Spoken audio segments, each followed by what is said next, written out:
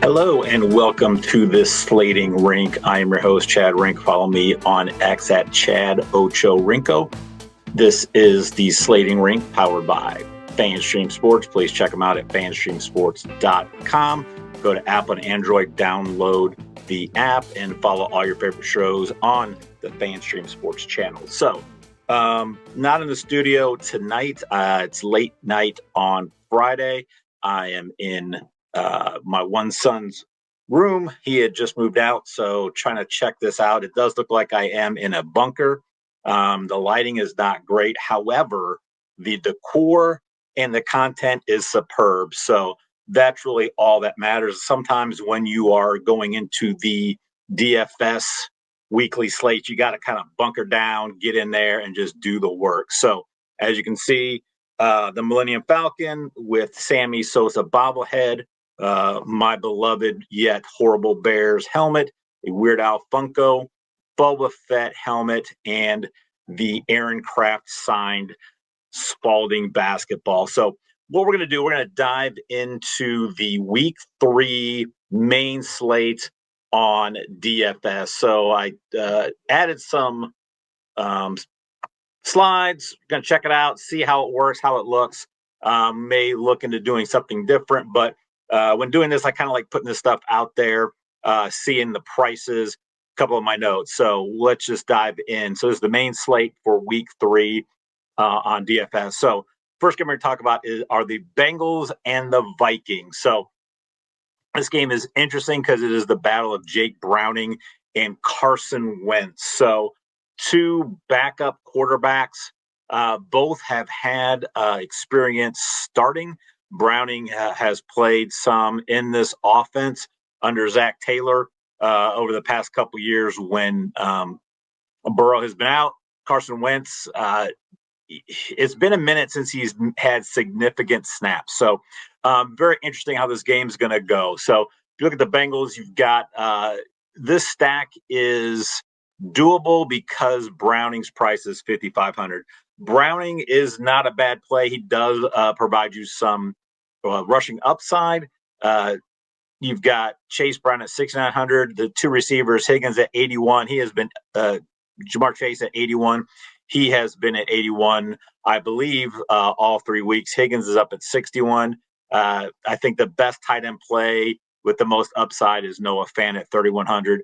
And if you're feeling a little crazy, the Bengals defense at 2,400 against Carson Wentz, who has maybe thrown 100 passes the last 3 or 4 years, not sure. So that's a little crazy play, but it is Carson Wentz, so we do not know. Vikings Wentz at the minimum for quarterbacks at 4,000 is a very interesting play. He could be somewhat popular, I think, probably in larger fields. I think people will probably get a little bit of Wentz. I think he'll be lower owned in single entry fields, so that could be a way to get a little different. He does have talent around him with Jefferson. He's got Thielen, Naylor, Hawkinson, and this Bengals defense is not good. They will give up some yards and some points. So Wentz is an interesting one. I do want to talk about Jordan Mason. Jordan Mason at 5,400, I think, is going to probably be the most popular play on the slate.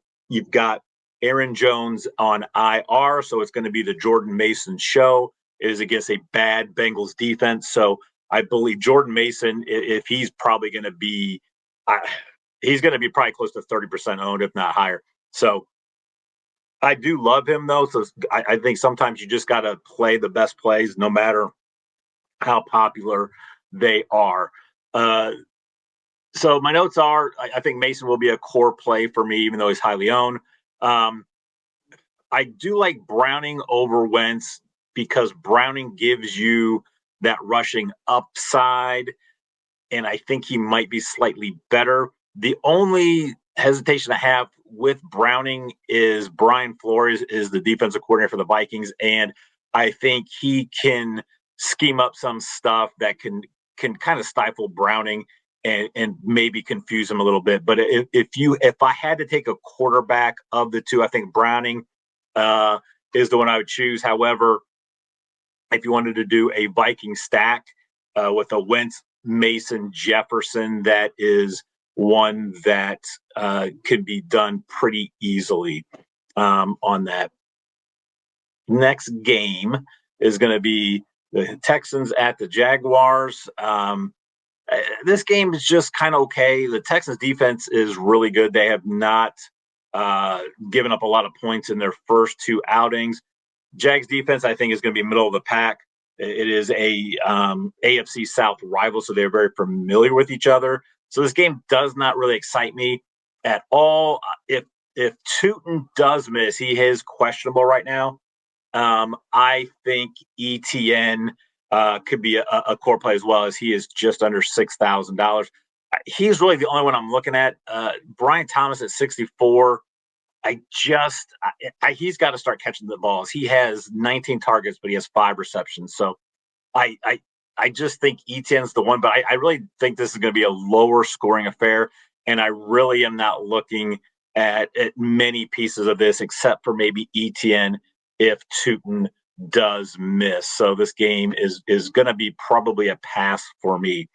Next game are Falcons Panthers. So a Falcons stack I think does look pretty good. Bijan is in a great spot against this Panthers defense. I know people may be a little scared of him just because Algier got a lot more touches last week.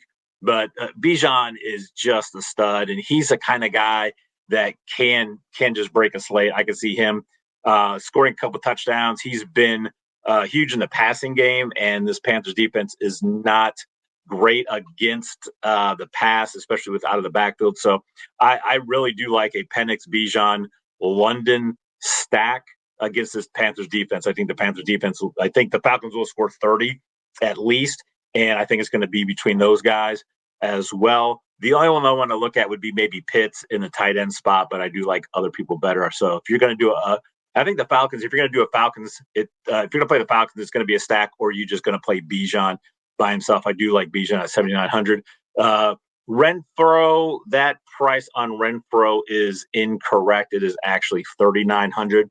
So I do like Renfro at that price. He had 8 targets last week. I believe he has 14 targets over 2 games. So I think the Panthers are going to be down. They're going to throw. And I think Renfro sees the majority of the targets. So I do not mind Renfro at 3,900, not at 6,400. So Packers at the Browns. The Packers defense has looked great. The offense has moved the ball pretty well. So I am off the Browns on all of it. They have not looked good offensively. They have not scored 20 points in either game, and one of those was against the Bengals. So I am off on all the Browns. They're the prices there. I just do not want any part of the Browns. Packers defense is the most expensive defense. I do not mind playing them if you have the salary to do so, because Flacco is a statue in that backfield. And if they get to him, they could give you 4 to 6 sacks. So I don't mind the Packers defense. Anything else on here? Jacobs is questionable, but I think he will probably play. I do like him. He's going to get at least 20 to 25 opportunities with rushing and receptions out of the backfield. If he would miss, I had Brooks and Wilson there, but I do think Jacobs will play. Again, with the receivers, I'm not sure who it's going to be. It was Tucker Kraft last week. He was huge for you. If I had to pick one, I think I would just go with Wicks. I do like Tavian Wicks. He's the cheapest of all of them. So why not go with him? And they look to him a lot. He can have anywhere from like 4 to 8 receptions. I think people are going to be off Golden. Don't mind that as well, but 5,100, I'd rather just take a chance on Wicks at 3,700. But I'm pretty much probably not going to play this game because I think that the Browns defense is pretty solid, even though I did give up 41 to the Ravens. But I think I'm just going to stay away from this game as well, unless I can get up to the Packers defense. Steelers and the Patriots. So this is another game. I think I'm not going to play it, but it could be an under the radar type game. The Steelers defense has not looked good the last couple of weeks. And again, if Christian Gonzalez is out, that Patriots secondary could get shredded by Aaron Rodgers. So it could be a sneaky under the radar game that could have a lot of points, much like the Steelers-Jets game was week 1. You see the Steelers are giving up 32 and 31 points in their first 2 weeks. So I do not mind this game. I just don't know where I would want to go with it. But a Patriot stack with May, and then if you want to take either Diggs or Butte or Henry and pair 2 of them up, they're all at great prices. So you could do a double stack with the Patriots and then run. I don't know if I'd even run it back with somebody, but if you did, I don't mind Metcalf or Austin. And then you could jam in a lot of the other studs. You could jam in 2 stud running backs with like McCaffrey, Bijan. We'll talk about Kenneth Walker later on. And you could probably get a guy like Lamb. You could probably jam in 2 or 3 studs with a Patriot stack against the Steelers defense, who have given up 30 or more the first 2 weeks, and the Patriots are at home. The Rams-Eagles is a game that I'm interested in watching as a football fan, but 2 good defenses. Both these defenses have given up 20 or less points in both their games. So I think this is going to be one of those 24-23 type games. I don't think there's going to be that one guy that just goes off. The only one I can think of is maybe to see like Barkley could get 2 touchdowns. He could get 3. Although Hurts is there, Hurts could run a couple in.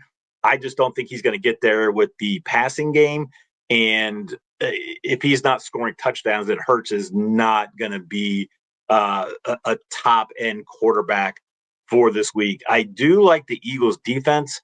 Stafford is known to throw picks, and he does throw some pick sixes. So I think the Eagles' defense can get the Rams into some 3rd and longs and maybe some passing situations late in the game in the 4th quarter if they get up by a couple scores. So I do like the Eagles defense, even though it's 3,100.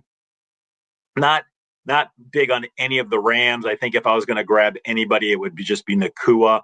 But at 7,700, yeah, you can fit him in depending what your stack is, but he would be the only one that I believe I would have on the Rams. But the prices for all the receivers are really good. It's just, will the Eagles passing game finally find itself this week? I don't know. I would wait to see them start clicking before I start playing them. So again, this is more of a game I'd rather watch than play anybody, but I do like Barkley and Nakua would be the 2 I would play. And also the Eagles defense. Jets Bucks. Again, you got Tyrod Taylor starting. So that could be better for the passing game. And Garrett Wilson, I think Garrett Wilson is still going to see probably close to 10 targets with Tyrod Taylor there. Again, he's a solid backup. When he comes in, he usually does a good job getting the ball out, getting it to his big time player. So Wilson could be a sneaky play. I do not like a stack in this game. I don't even really like a Buck stack, because with the Jets having Sauce Gardner on one side, I think he will probably shut down Mike Evans. So Ibuka, who is showing as questionable if he plays, could be a sneaky player. Even Sterling Shepard could be at 3,600 if Gardner shadows Mike Evans. White did have a lot more involvement this past week than he did in week 1, but I'm not going to get too concerned about that. I still like Bucky Irvin most weeks in fantasy, so I don't mind Irvin. The Jets defense should be better than it is. I just don't like this game from a fantasy aspect of it. So there are some good values. I just think I'm gonna go to other games because I don't think this one will shoot out. Another game I do not think will shoot out. Colts defense has shown they are good. The Titans are the Titans. I think by the second half of the year, this could be a team we want to get pieces of. I think Cam Ward has shown that he's going to be a pretty solid starting quarterback in the league. He's only 4,900. I mean, you could do a Ward Pollard, Minor stack very easily if you think they can move the ball in the Colts. I just don't think they're there yet. The Colts, I think Taylor's going to be a play every week. He's the bell cow there. They're going to rely on him. I'm just not buying into the Daniel Jones and the Colts passing game right now. They have looked good the first 2 weeks, but I just don't see them as a must play in the Colts being a team that's a must get a piece of. And if it is, it's going to be Jonathan Taylor. Tyler Warren is questionable too, so keep an eye on that. I would not take Mo Wiley Cox or anything like that. So if you are a believer in the Colts, their stack could be cheap with if you're not playing Taylor and just go Jones, Pittman, Warren, or just pairing any of those two, or if you just do a single stack, that is a very cheap piece. And Daniel Jones does still have that rushing upside. So he has scored 3 touchdowns in the first 2 weeks of the season. So if you believe the Colts, and that's not a bad stack, I don't mind going there. I just don't think I will. Pollard has a good price. I think Pollard's going to be a good price most weeks until he starts showing stuff, but he's going to get the majority of the work, both on the ground and in the passing game out of the backfield. So the game is a 43.5 total. So it's not on the higher end, it's not on the lower end, but I could see this game kind of being more of a slugfest. Teams bogging down in the red zone and really just be both kickers getting 3 or 4 field goals. So I'm not playing anybody in this game, but I do not mind having a Colt stack. Another game that it's kind of intriguing to me because I think both teams could put up some points. This could be a game that could get into the high 20s, low 30s. Mariota has shown he can do some things when he gets into games. He is at the minimum. So if you're talking of all the backup quarterbacks, Mariota, Taylor, Browning, Wentz, I think Mariota is my favorite because he's got rushing upside. He's got some good talent, and they're playing the Raiders. So I do like Mariota. If you want to do a commander stack, which I don't think will be super popular, a Mariota Samuel Ertz is one that I really do like because I do think Samuel is going to continue to get work in the running game until Ja'Cory Krosky-Merritt or someone else shows that they can be explosive in that backfield. The Raiders also are kind of sneaky. I think they could, going up against a backup quarterback, if Mario looks bad, they could be in a lot of 3 and outs. The Raiders could get a lot more offensive snaps than they usually do. So Smith has shown with week 1 that he can put up 300, 400 yards in a game. And Myers and Thornton, reasonably priced. This could be a Genty game if you think that he can finally start breaking out. Bowers is questionable, but again, I think he's going to play. So I don't mind a stack on either of these teams, and I don't even mind if you want to do a game stack here. If you do, I think Debo is the one that you want to have the core in because he is getting a lot of targets, and he's going to be involved in the run game. So this is a game I think could be low owned as a game stack. And I think both sides could even be if you just want to do a mini stack with them. Broncos Chargers, I think, is another game where I'm going to enjoy watching it more than playing in fantasy because I'm not sure if these teams are going to light it up. I think both teams have the firepower to get you 30, 32 a game. But I think the Broncos defense is for real. They're on the road. Chargers defense is not bad. I just don't see this game shooting out, but it could.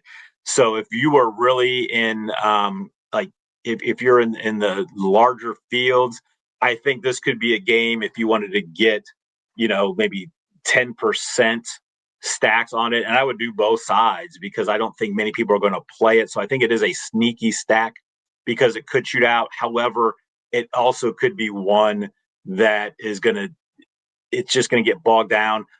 Not one side's going to really just take over. And I could see multiple people, like the Chargers could have 3 or 4 touchdowns. It could be 3 or 4 different people. Same with the Broncos. So I think Sutton, though, if you want to get one piece out of it, I think Sutton could be the one piece that I think will be the least owned because I think people could be on Franklin if they're going to take some of these Broncos stacks. I'm not sure what that backfield in Denver or the LA look like with both of them. I think Harris and is going to get more of the work than Hampton still right now, but I believe they took Hampton early. I think they believe in him. So he's just got to work on some things. So that could still be a closer to a 50-50 and maybe a 60-40 split towards Harris. Dobbins, I think, still going to get a lot of the goal line work, but I believe Harvey is about a week or two away from just stealing this job, and he's going to get the majority of the work in the passing game. So again, this is a game, if you wanted to go low owned, this could be a game that could shoot out. But I think if you don't stack this game, or just stack either side, I think you just pass altogether. Saints Seahawks. The only one really, like, if you're going to play a Saint, it's going to be Kamara, and I'm going to continue to look at Juwan Johnson if he's going to be under 4,000 in the tight end spot with the amount of targets he is getting, and the Saints are going to be throwing a lot. So those are the only two Saints that I would currently play at any point. Olave, I think, is one you might be able to, but there are so many good other receivers in better spots. I think those are the only two Saints I would play, and I think I would only play them if you want to do a Seahawks stack with a run back. But with the Seahawks, I like Kenneth Walker this week. I believe Charbonnet is going to be out. It's going to be the Kenneth Walker show. He's under 6,000, and he looked good last week, and he is a bell cow back that can break a slate 2 touchdowns. So I do like Walker, and I think that's the only piece I like in this game. But I said if you wanted to do a Seattle stack and then do a run back, it would be Kamara and Johnson would be the only run backs I would have in that game. This, I think, the game is going to be the most popular game. It's going to be the Cowboys Bears. Both defenses are not good, and I think this game could have 60 plus points in it. And it could even get close to what the Cowboys-Giants game was last week, where it was like close to 80.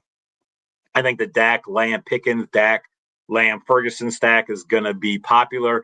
If not, I think it's going to be Javonte Williams. So I think the Cowboys are going to be very highly owned, and they should be against this Bears team with their secondary being injured and just not looking good. On the Bears side, I think Odunze is going to be popular because he has looked great. He seems to be Williams' favorite target. Cowboys defense is not great. I will say this. Swift is questionable. Roschon Johnson does not have a Q tag anymore. They have not wanted to give Kyle Monangai a whole lot of work yet. And the 2 games he could have, I think Roschon Johnson, especially if Swift is out, could be a huge value, because if Roschon Johnson is going to get the Swift role and he's going to get 10 to 12, 15 carries, he's going to get all of the goal line work. He could be sneaky even if he gets 10 carries and he gets 38 yards, but if he gets 3 or 4 inside the 5 carries and converts 2 of them, and he gets 2 touchdowns, that's going to be huge at $4,000. That's going to open things up. So keep an eye on that. If Swift misses, that's really it. If Swift misses, then Johnson could just be jammed in there at $4,000. But if Swift plays, Johnson could just be like a flex play at the minimum for the running back spot. So this game is the most popular. It should be high scoring. So those are things to look at. Just check Swift's availability. And again, I think CeeDee Lamb's going to be a core play for me. Even at $8,000, I think he will torch this Bears secondary. And then getting to the Cardinals-Niners, which I believe is the last game on the slate. So they have 4 4:00 games, starting with that Broncos-Chargers game. This is a game I think could be a good game fantasy-wise. The Cardinals are so concentrated in their targets. It's Connor, it's Harrison, and McBride get the majority of the work for the Cardinals. Now, Benson did have 8 carries last week, so he is getting involved in the running game. He is getting involved a little bit in the passing game. So if Connor were to go out, Benson could be huge. But I'm not playing Benson unless I know Connor would sit. Then Benson going forward would be a good play. But I still don't think I'm even going to play Connor. I think the Niners are going to be able to stop the run. And I think really the only one, I think I prefer McBride at $100 more than Harrison in that tight end spot. So that's really the only Cardinal I think I would want. I'm not going to run a Cardinal stack against this Niners defense on the road. And then I do like a Niner stack. The Cardinals almost blew that game against the Panthers last week. They will bleed yards. So Mac Jones at 5,000. CMC is the highest priced player on the slate, but I have no problem putting him in. He's going to have 20 to 25 opportunities. So I don't mind a Jones stack with McCaffrey, and then I would just take Pearsall. That would be the double stack on the Niners I would take would be Jones, McCaffrey, Pearsall. I do like McCaffrey and Pearsall just solo as well.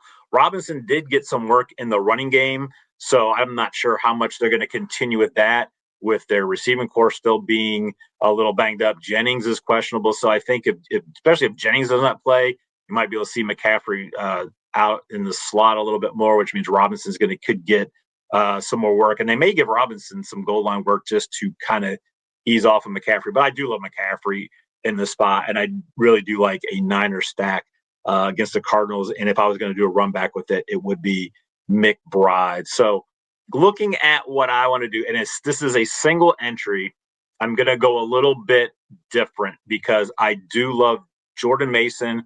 I like Bijan, and I do like Kenneth Walker. So I wanted to put 3 running backs in this lineup. I really liked McCaffrey as well, but I decided to take Bijan because he was a little bit cheaper, and I do like Kenneth Walker.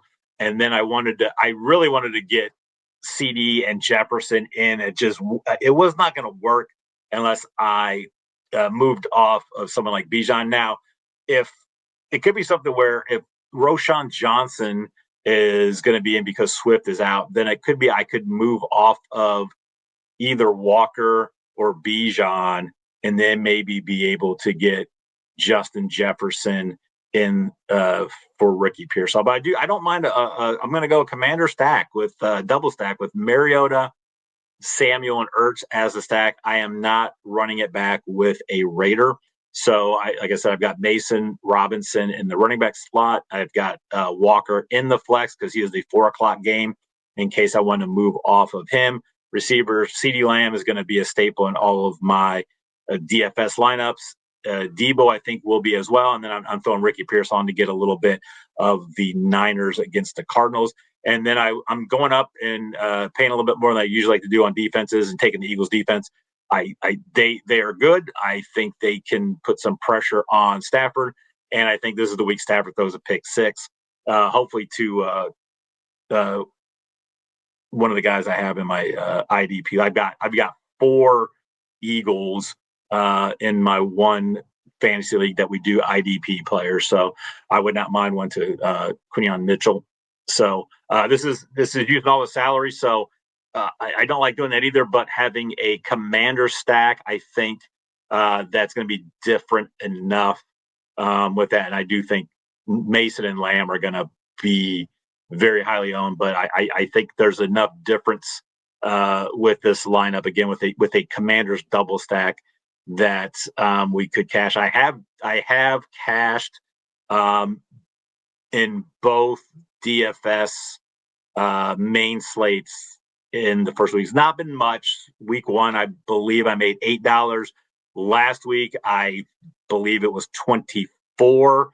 I have not been great on the showdown slates yet, so I still like playing them just because it gives you action on a Thursday night, and then the Sunday, Monday night games. Those are it's the prime time standalone games that I do the showdowns on.